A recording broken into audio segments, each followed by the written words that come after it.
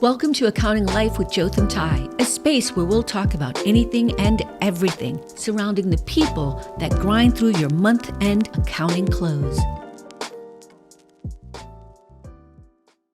Hi, everyone. Today's episode is Accounting ERP Evolution.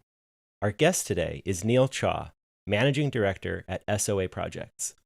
On this episode, we talk about the biggest changes in ERP over the last 10 years, exciting new ERP trends, and ways for you to get up to speed on the best practices and latest solutions. Now, I'll hand it over to our host, Gapify CEO, Jotham Tai. Hey, Neil, thanks for joining us on today's podcast. How's it going today? Doing okay. Not too bad. Great day, great week.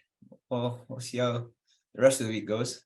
Well, the day is about to get so much better because we get to talk about ERPs today. I know a topic that you and I both are experienced and passionate about. And just to dive right in, Neil, would love to kind of first hear about your personal experience with ERPs in the context of your professional career. So when did you get started with toying around with the ERPs, and what were the early ones that you got started with first?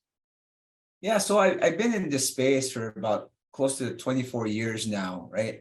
And I played a lot of roles. I started my career right off of college. My passion, I did graduate an accounting degree, but my passion was more in the computer side, right? The applications or programming. So that's where I gravitated towards. And when I dived into consulting, just absolutely loved it, right? So I played a role as a programmer initially, right? When I first started, went on to implementing ERPs, even actually helped out during the SOX boom, right? SOX implementations from controls perspective around ERPs or automating controls down to pre-implementation reviews, data analytics, even operation and compliance I've managed. Now I've been, working as solution architect, PM even, but it's been great. I mean, everything around that.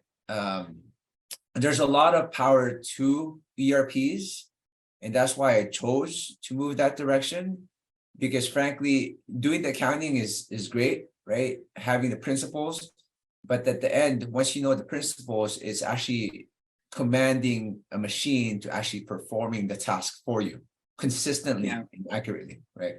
Well, and I think the background that both you and I have, and of course I'm personally biased, I think when you pair accounting knowledge with being able to understand how those transactions flow through a system and through the general ledger because of the knowledge we gain from ERP implementations, I think it's quite a unique skill set, and I think it becomes very valuable for us to advise our clients and our customers. Yes, exactly. So what was the first ERP implementation that you were involved with, just out of pure fun? Do you remember that? Yes, I do. It's an SAP implementation, right? That was my core expertise back then. And it was for an entertainment company. I don't think it's going to be a secret, but Walt Disney was one of my first implementations, huge implementation out of Burbank. And that was interesting because understanding the business was the big thing, right? The different organizations that fell under that corporate umbrella and how they operated differently. You have a park operating differently from a store versus a radio station, right? Yeah. So that's what really sparked it, Was that SAP R3 or was that an earlier version?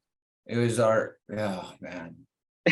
Dating. We're going way I think back. it's R2, I can't remember what we eventually kept upgrading because it was a long-term project. I was there during the 5th year of the implementation. It's going on. Those are back in the days where ERP implementations were multiple years. Now obviously the expectations are much shorter. But it's interesting that on that topic to think about how ERPs have evolved since you and I first got into the game, and without putting a number on how far you go back, you just think about when you first started and where we are now. What are the biggest changes that you've noticed with ERPs, whether it's capabilities or just expectations? I think the biggest change in the last 10 years has really been that shift to the cloud, right? Right when the concept of the cloud started, right? Now it's a practice, but back then it was taboo in understanding, hey, all my data is going to be in the cloud somewhere where I don't manage and own and secure, right? So that big shift, I remember I was still in SAP on-prem solutions, and this whole cloud solution came up, even from just storage, not ERP. And that was the biggest concern: privacy, my data, my financials, HR data even, right? So I would say the last 10 years, that's a big shift. That's why you have companies like Workday or NetSuite, kind of come up throughout those years when cloud started getting developed.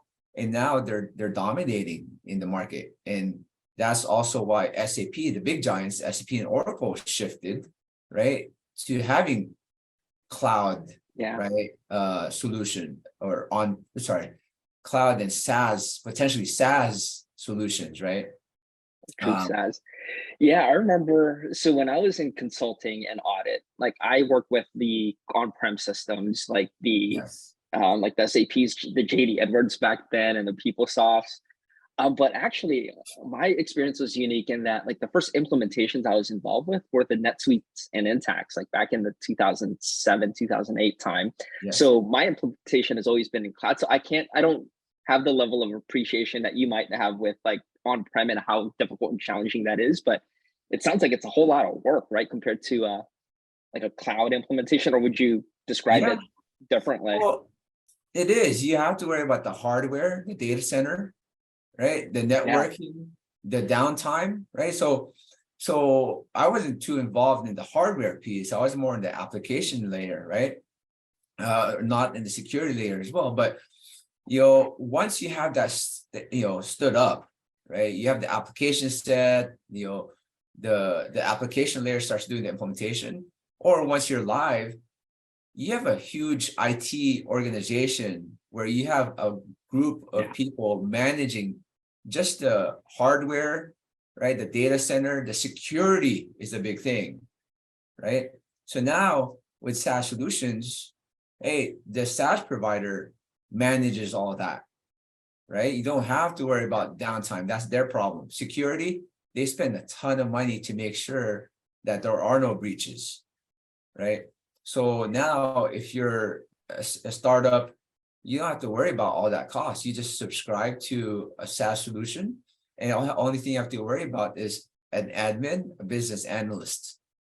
Right. Yeah, I forgot about those days where you had these like other teams that were responsible for the infrastructure of your ERP. But now with cloud, there's more on you have admins more on the configuration like side of ERP management. So that's pretty interesting to think about over time. Yeah. And just to add to that, also, I tell you, all the conferences we've been to before, the conversation always gravitates around, hey, I have a problem with this. And the questions come up with, hey, what support pack do you have, right? And then did you do this? Did you do that? Versus now, right? Like NetSuite, for example, they have twice a year forced upgrades. So you're always on the same version. You go to a conference, it's a matter of, hey, Jotham, how do you handle allocations? That's pretty much it. Yeah. Man, the word patch I haven't heard for a really long time, but that's bringing back so many memories. Yes. Well, we can go on and on talking about the history of ERPs, because I think it sounds like you and I are fans of kind of the history of accounting systems. But for our audience, like obviously, like thinking ahead is pretty cool to talk about, right? So the types of innovations that we're seeing, like point applications in ERPs. Like for you, Neil, like what are you most excited about in terms of like trends that you're seeing in the ERP market today? I think one thing is, it's not recent, probably the last 4 or 5 years, there's been a shift in usability, UI, right? That's one, right? Just immediate gratification for the end user, right? I started in days where it was AS400, right? Up to now, again, saying my SAP background, it's all transaction codes you have to remember. So now it's more usability. Even SAP and Oracle have shifted to make it more user friendly, you're now typing in, keywords as journal entry versus some transaction code, as well as simplification, making it more mobile friendly, right? SAP came out with Fiori, where it's single activity applications, right? Create the sales order, there's a specific app. Approving access, a specific app. So it makes it easier for the end user, right? NetSuite, for example, they started that from the get-go because you go in, you type in on the search bar, right? Journal entry, right? It gives you the form, or you type in the actual invoice number, it'll show the invoice number. It's much more global easier for search. usability. Global search. Then now you go into the next developments the last couple years, right? More, probably a bit more. It just takes people a bit more time to adopt, right? Is automation, RPA, AI, right? Yeah. That's where in the larger scale implementations, I mean, the reason why you have an ERP is management wants all their transactions housed in the one centralized location for them to analyze their data, right? From a profitability standpoint, what they're making is revenue and what they're spending from expenses standpoint. And then so they can do the analytics, right? So now if you focus on all the transactions are in one application. Now let's look at what's mundane, what's redundant, what's very manual, right? Let's automate that. Let's elevate that and have some sort of bot do the work, right? Versus just some sort of, program, automation, configuration. Now let's do a bot, and more so moving towards, now is more AI as well, right? Yeah, well, and, you probably work with more clients these days because I know your firm's expertise is helping with ERP implementations and supporting projects thereafter. But I'm kind of curious on the AI side, like from my vantage point, it sounds like we're still in the early days, right, of like major ERP players incorporating AI into their platforms. But have you seen anything differently, or maybe some like feature for a certain ERP that excites you in the realm of AI? Yeah, I mean, not per se in the ERP space, but Salesforce, right? For the point applications, then. Yeah, I wouldn't consider it specifically ERP, that they are a platform, right? They are focused on sales prior, right? They have, I'm sure, financials or financial force involved as well in that platform. But one thing that fascinated me about 6 years ago when they came out and said, hey, if you're in sales, you wake up one day and what's going to happen is the application is going to tell you, hey, Jotham, right? Your target market, I know you're targeting XYZ client in biotech, right? Do you also in your portfolio of targets have XYZ client in high tech? Yeah. By the way, the market's trending down for biotech. There's not going to be a lot of spend or demand for your solution, right? Here's your focus areas, high tech. By the way, among XYZ corporation, X Corp just got, Series B funding for $100 million. Right? Yeah. So the AI, all the data is there, right? So if the underlying data is there, you would think like systems like or platforms like Salesforce should be able to derive some actionable intelligence that you can apply to make business decisions. And I can't wait to see that with ERPs down the road. I think again, it feels like we're still in the early days. I'm not seeing it with the likes of Oracle, SAP, and Workday and those guys yet, but I would think that's like the next level for them, right? Yeah, I mean, I've talked to a buddy of mine where they manage on the procurement side, where it's tagged to. By the way, he explained it. NetSuite is connected to their application, their contract management software, right? From there, what will happen is, prior to you processing any payments, right, it will tell you, hey, by the way, this contract of yours, right, states that if you hit 10,000 units bought, then your price, your pricing for these units are going to go down, right? So it says on your invoice is still tagged against the $10,000 unit cap, or below $10,000 unit cap, you need to talk to them and say, hey, you said after $10,000 the price drops by 30%. So we need to start paying based on that level, right? So those savings, right? Or even, whether it be AI or just bots, but there's functionality that states, hey, before you pay, now I think, talking about your product as well, before you pay this invoice, this bill, right? Why don't you think about paying this bill first, right? Because you're close to hitting the due date for this and you'll incur additional expenses. If you're managing cash flow, pay this one first that's going to be due before this one, because you still have 15 days before you need to pay that, right? So in a sense, you're conserving cash. Yeah, well, and that point there, I think, leads to a broader point that I'd love your perspective on, which is I don't think ERP systems on their own will be the ones to drive that level of kind of detailed analytics. I think it's going to be up to the point solution ecosystem to really get that level of expertise. Yes. So I know, rewind back 5 or 10 years ago, there was this push for single source, like, no best of breed, but I would think like the future and looking into the next 10 years, it will be more point solutions and more best of breed with, their own expert kind of AI like features and functionalities that can support the overall ERP. Is that kind of the trend that you're seeing as well? Yes. I mean, there was a point where the strategy for a lot of the execs or CIO specifically was to have everything as a one-stop shop, right?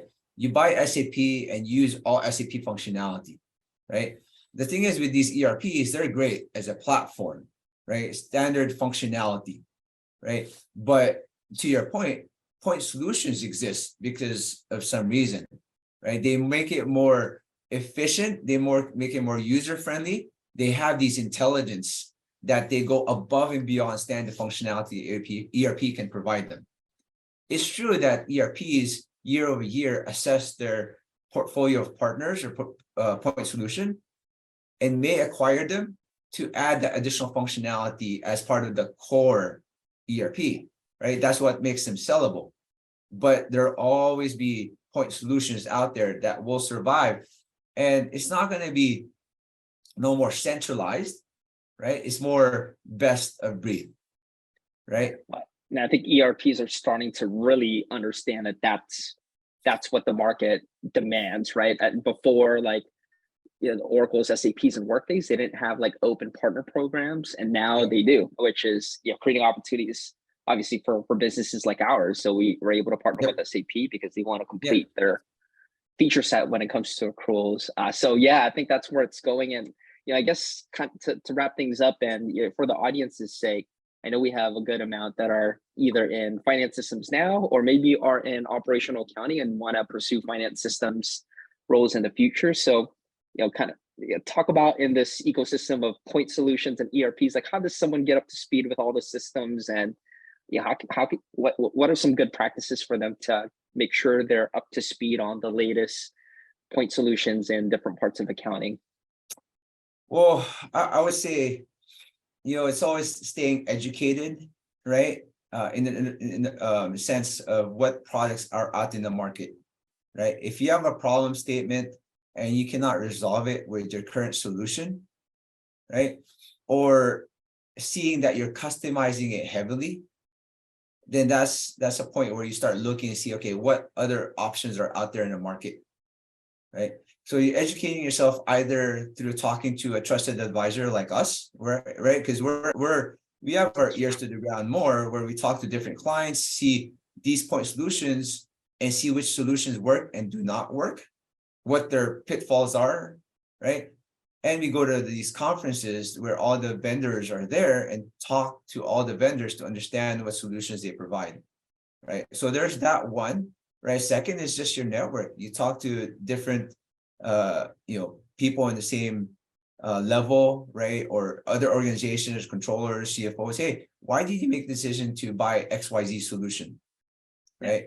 What are your lessons learned right now, right? And I think one thing from that though is, going back to the root is you first need to look at your processes to determine, is my process complex, right? Based on my culture, my company culture, are we making this process too complex, right? Where it can be, from best practice perspective, there's 5 other companies in the same industry. They're much more simpler. Why is that? Because once you dumb it down and make it more simpler, it's easier for you to actually leverage your current solution. Or when you go to a third-party solution, won't see yourself having to customize those solutions so much, right? It's using the best practice that those solutions offer and then move on easier. Well, I want to click back to the first point that you made and highlight that, because I think it is one of the kind of the key nuggets that I heard there, which is, and again, this is in the context of like, how can people get up to speed on finance systems and what to adopt in their organizations. And I promise I did not tee this up for, I promise audience, I did not tee this up for Neil because he's on the service provider side and is an expert. But I do believe, Neil, that if you're an accounting manager, you don't know what you don't know, right? So sometimes partnering with a trusted partner to give you a lay of the land, right? So if I'm an accounting manager, I currently have NetSuite. I know I have P2P, record report, OTC.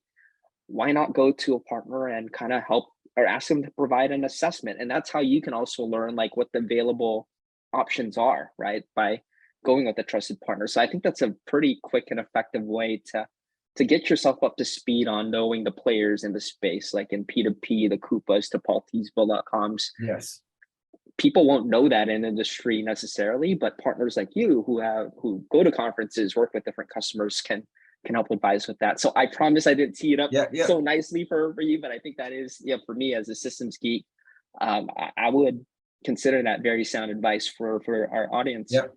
Yeah. I mean, not to be obviously self-promoting, but if I was put in the shoes of a client, right, I always put me and my team in the shoes of a customer. If we are the company and own the ERP, right, how would we want to structure this, implement this, right? Obviously, before you buy anything, right, even buying something in Amazon, you're going to do your research, right? You're going to look around. For me, my strategy is to look around, look at the reviews. But if I have a friend that has bought that product, right, I'll ask my friend, hey, I see that you have this type of gear for this bike.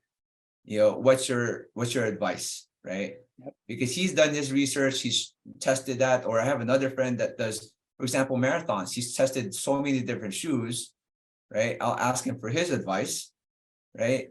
So us as advisors have not only seen the solution, but have been part of implementing that solution. And again, as I mentioned, see what the pitfalls are, right? So when we sit down with you as a customer, we'll ask, hey, what are your requirements? Okay, based on your requirements, I see that this solution is going to have this pitfall. It's going to be too much of a workaround, right? To be a simple implementation for you. This other solution might cost a little bit more, but long-term will benefit you more, right? Yeah, absolutely. Helping you weigh the pros and cons, help you analyze your own use cases and making sure there's gap fit analysis and so on. I think that's, those are important reasons for partnering with experts in the field. So I think that's, again, solid advice. And Neil, appreciate you taking the time to join us on our first ERP episode for this podcast, but I don't think we'll be the last one. I don't think we talk enough about systems in this podcast, but I hope in future episodes you'd be up for continuing the conversation. Oh yeah, I definitely passionate about this space. So anytime you want to talk ERP, best practice, even lessons learned, be more than open to talk to you about them. Awesome. Well, thanks again for joining us, Neil, and have a great day. Thanks for stopping by. We hope you've enjoyed this episode. If you want more information, please check us out at gapify.com, and we'll see you next time. Bye, everyone.